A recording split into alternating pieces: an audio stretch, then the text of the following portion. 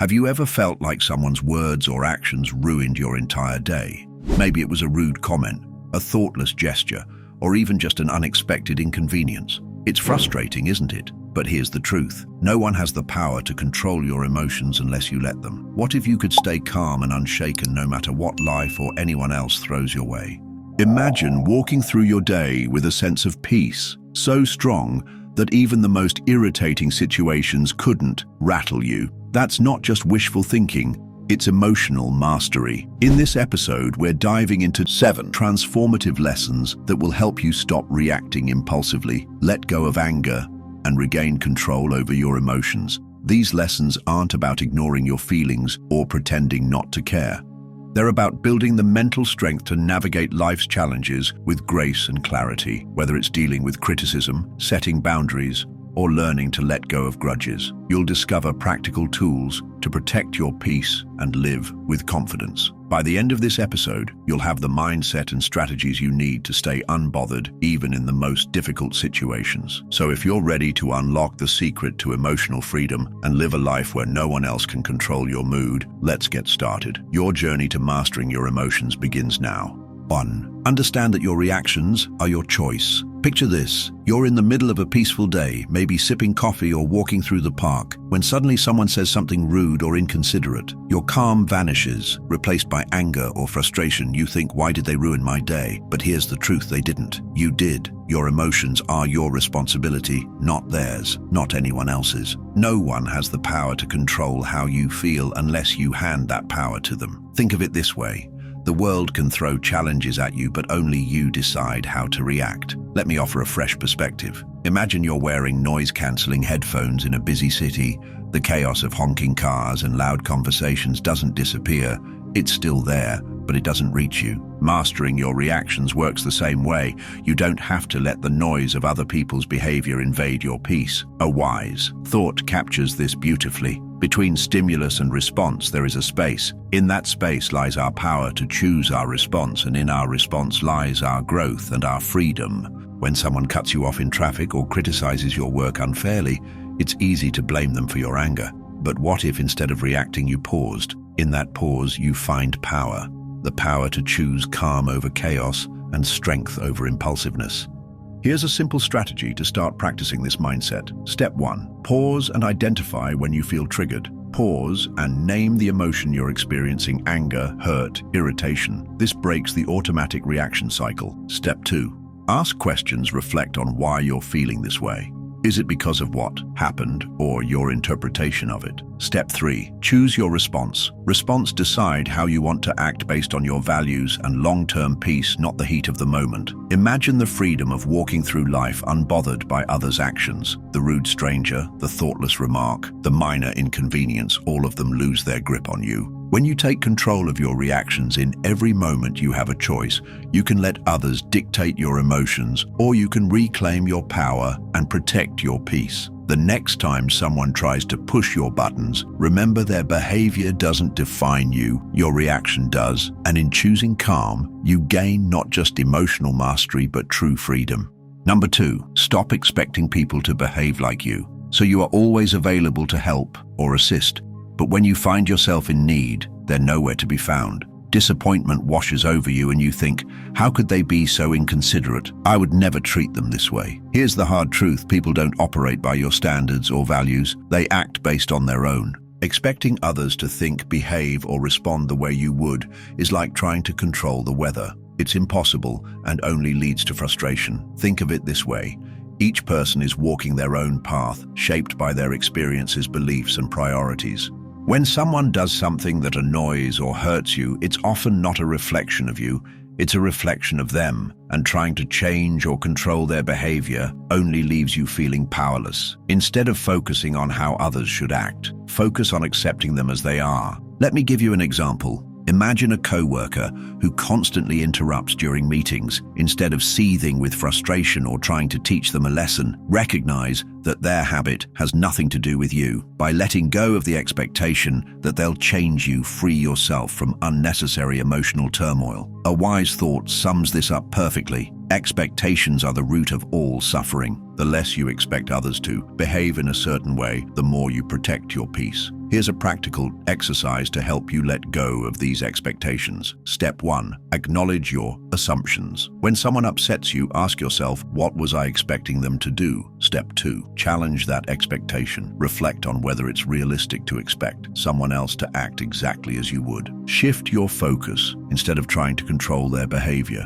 focus on how you can respond calmly and maintain your peace. Think about how liberating this mindset is. The rude stranger, the forgetful friend, the inconsiderate co-worker. None of them have the power to disrupt your emotions unless you let them. When you stop expecting others to meet your standards, you take back control of your reactions. In the end, people are who they are, not who you want them to be. Accepting this truth doesn't mean tolerating bad behavior or abandoning your values. It means recognizing that your peace is too valuable to sacrifice for something you can't control. The next time someone disappoints or frustrates you, pause and remind yourself they're acting from their nature, not mine, and that's okay, because I choose my response. By releasing those expectations, you gain freedom, not just from others' actions, but from the emotional weight they once carried. Number 3, let go of the need to always be right. Think about the last time you got into an argument. Maybe it was over something trivial, like which route was faster, or something deeper, like a disagreement with a close friend or partner. As the conversation heated up, did you feel that strong urge to prove your point, to show them you were right? We've all been there, clinging to our version of the truth like it's a lifeline. But here's the thing.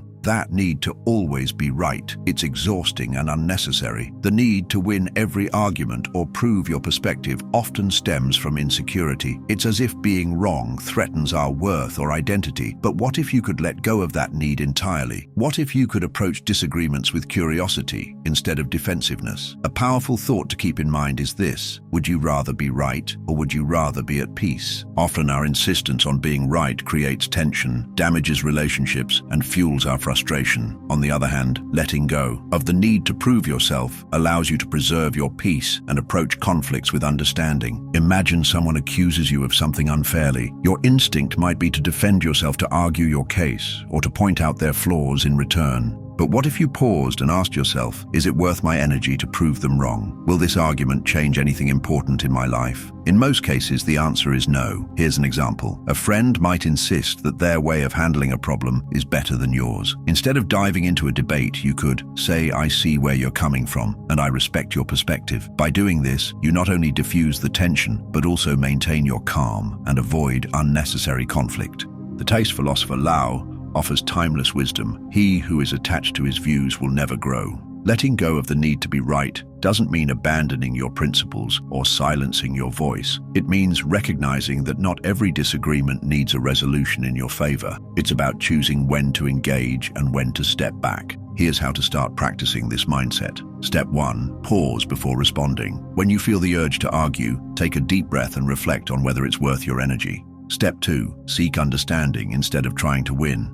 Ask questions to understand the other person's perspective. This approach often de-escalates conflict. Step 3. Pick your battles. Save your energy for disagreements that truly matter, ones that align with your values or affect significant outcomes. Over time, you'll find that letting go of the need to always be right brings immense freedom. You'll start noticing how much lighter and calmer you feel when you stop trying to control every conversation or prove every point. Arguments lose their grip on your emotions because you've chosen peace over pride. Remember, your value isn't tied to winning debates or proving your intelligence. It's in how you carry yourself, how you protect your energy, and how you maintain your inner peace. The next time you're tempted to argue, pause and remind yourself, being right won't make me happy, but being calm will, and in that moment, you'll experience the true power of letting go. Number 4, stop letting others' words define your worth. Imagine this. You're excitedly sharing an idea, something you're truly passionate about,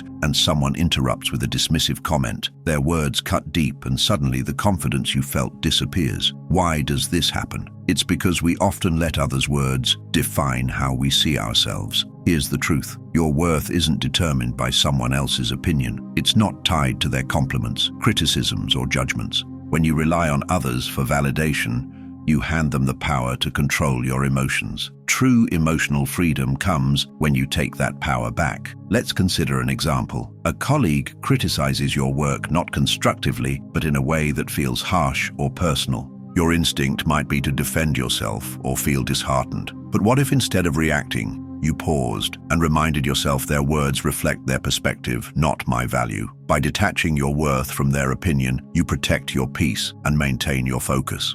Marcus Aurelius captured this wisdom perfectly. It never ceases to amaze me. We all love ourselves more than other people, but care more about their opinions than our own. This isn't about ignoring feedback or dismissing others entirely. It's about filtering what truly matters.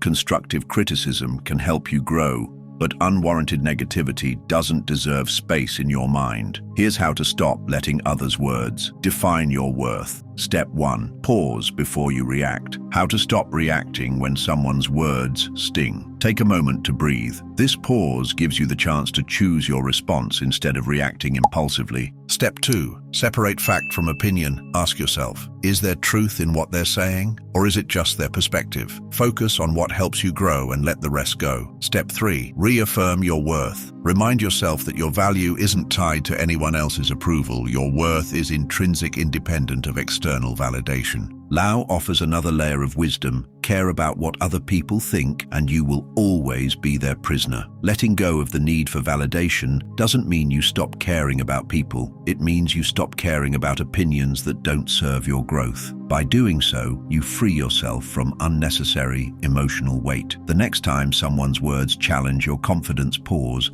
and ask yourself, am I letting this define me, or can I choose to focus on what I know to be true about myself? In that moment, you reclaim your power and remind yourself that no one's words can diminish your value unless you let them. True strength lies not in avoiding criticism, but in knowing your worth regardless of it. When you stop letting others' words define you, you create space for authenticity, confidence, and peace, and that's a life no one can take from you. Number 5, protect your energy by setting boundaries. Protecting your peace requires setting boundaries, and boundaries aren't selfish, they're necessary. Without them, you let others dictate your time, energy, and emotional well-being. Saying yes to everyone else often means saying no to yourself. A powerful reminder comes to mind: you can't pour from an empty cup. If you're constantly giving without protecting your energy, you'll find yourself burned out, resentful, and disconnected from your own needs. Boundaries are how you safeguard your emotional freedom while maintaining healthy relationships. Think about this: when someone oversteps your boundaries, it's not their fault, it's yours for not clearly defining and upholding them. People aren't mind readers, and unless you communicate what you're okay with, they'll continue to push, often unintentionally. Setting boundaries is a form of self-respect, and it also teaches others to respect you. Epicus reminds us, freedom is the ability to live as we wish. Living freely doesn't mean ignoring others' needs. It means deciding where your energy is best spent. Boundaries let you choose your priorities and ensure you're not giving more than you can handle. Here's how to start setting boundaries effectively. Step 1. Be clear and honest. Communicate your limits calmly and directly. People are more likely to respect boundaries when they understand them. Step 2. Use I statements. Focus on your needs rather than blaming others. For example, say I need some quiet time after work instead of you're always bothering me. Step 3. Stick to your boundaries. Once you set a limit, uphold it. Consistency shows others that you're serious about protecting your space. Knowing your limits and respecting them prevents unnecessary stress and frustration. Boundaries aren't walls to shut people out. They're bridges to healthier, more balanced relationships. The next time you feel overwhelmed or taken for granted, pause and ask yourself, have I communicated my needs clearly? Am I honoring my own boundaries? By setting limits, you free yourself from unnecessary obligations and reclaim your energy for what truly matters. Remember, you're not responsible for managing everyone else's feelings or fixing their problems. Your primary responsibility is to yourself, your peace, your time, and your emotional well-being. So protect your energy, set your boundaries, and watch how much lighter and more in control you feel.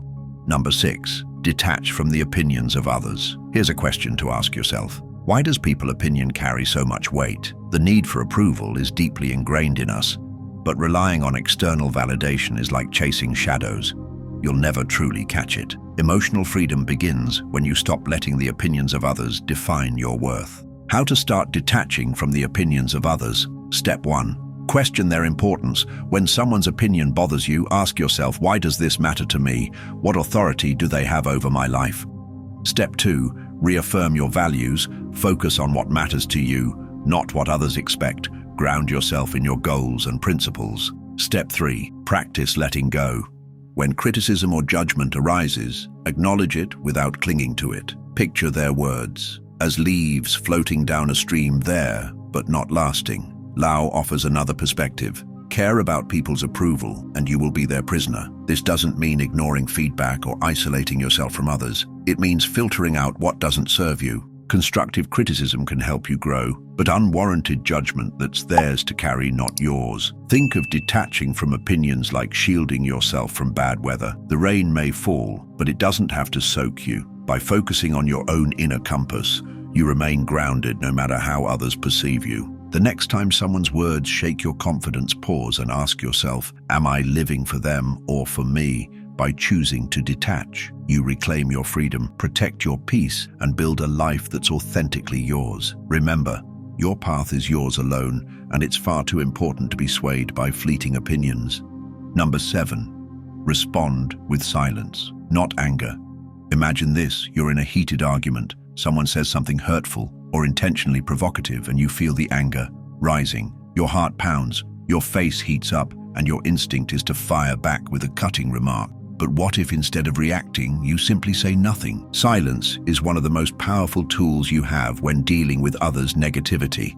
It's not about conceding or avoiding confrontation. It's about choosing calm over chaos. Responding with silence doesn't mean you're weak. It means you're strong enough to value your peace over the need to retaliate. There's wisdom in this. The less you respond to negativity, the more peaceful your life becomes. Silence speaks volumes. It says, I won't let your behavior control me.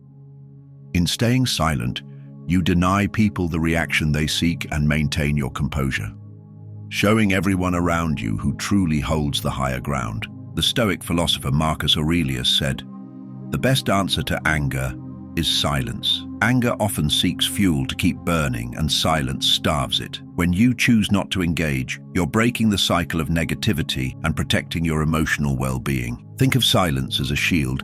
It deflects the noise without pulling you into the fight. Here's how to make silence your go-to response in moments of provocation. Step 1. Pause before reacting. When someone says something provocative, take a moment to breathe. Silence creates space for clarity. Step 2. Listen without defending. Sometimes people just want to vent or be heard. Let them speak without interrupting or feeling the need to explain yourself. Step 3. Speak only when necessary. If a response is required, keep it calm, measured, and to the point. Silence doesn't ignore the problem. It preserves your energy for moments where your voice truly matters. Think about how often we regret words said in anger. Silence removes that regret. It allows you to reflect, reassess, and respond thoughtfully rather than impulsively. And often silence says more than words ever could. The next time someone tries to provoke you, pause and ask yourself, will responding add value, or will it simply escalate the situation? By choosing silence, you protect your peace, demonstrate strength, and keep control of the narrative. Remember, silence isn't the absence of a response, it's the presence of wisdom. Well, there you have it. 7 things to mastering your emotions and anger. Emotional mastery isn't about what happens to you. It's about how you choose to react. The power to stay calm, centered, and free lies entirely in your hands. As you move forward, take these lessons with you. Practice pausing before you react. Set boundaries that protect your energy and let go of the things and people you can't control. Stay unbothered. Each time you choose peace over anger, you take one step closer to living the unshakable life you deserve.